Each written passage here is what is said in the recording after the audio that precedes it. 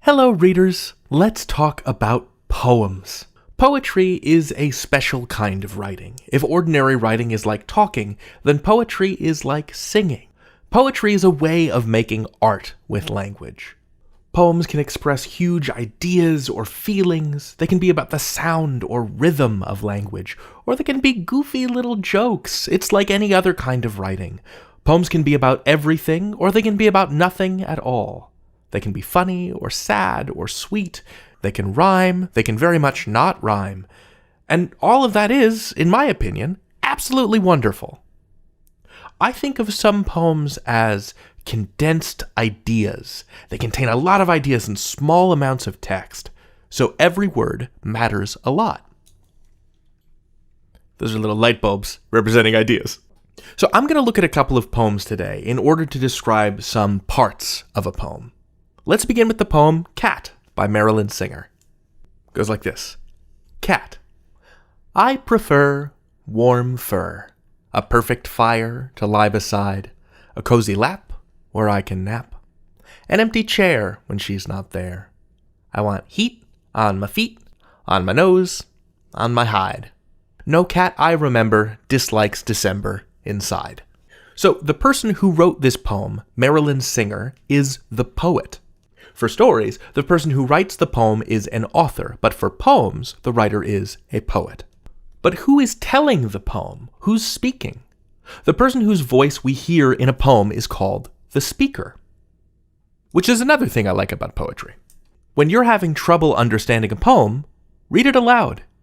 Part of the pleasure of poetry, for me, is hearing the words bounce around as you say them. And in this poem, I'm pretty sure the speaker is a cat. Now you'll notice there are only 3 sentences in this poem, but they're separated into 15 lines. You can see these lines have anywhere from 1 to 4 words in them. Lines can be as long or as short as a poet likes. But here the poet is creating these line breaks to indicate pauses and rhythms. Right, like normally we wouldn't start a new line here if this were prose, which is what we call all other forms of writing. Prose uses normal sentences and paragraphs. Right, the poet is choosing to create line breaks in order to change the way the sentence or the line looks on the page. Poetry is not just about how it sounds, sometimes it's about how it looks as it's written. Now, in addition, the poet is also using spaces to scoot these 3 phrases over, as well as this word, inside. The words themselves are scooted in. They're curled up and feeling cozy, like a cat by a fire in the middle of December. You'll also notice that some, but not all, of the lines rhyme with each other. And let's take a moment to think for a second, what is rhyming, really? One way to think about it is when the ending sound of a word matches the other ending sound of a word, like lap and nap, or when a bunch of sounds match each other throughout a pair of words, like remember and December. I want to be super clear about this part because I was already out of high school before I learned this thing, but poems don't have to rhyme. They can, but they definitely don't have to. I have one more poem part to describe to you, and to do it, I want to use Billy Collins' poem Litany, which sounds like a fancy poem at first, but then becomes much more conversational. I'll end by reading the first 3 stanzas, which are these paragraph-looking things. Not all poems are broken into stanzas, but this one is. So, those are some parts of the poem.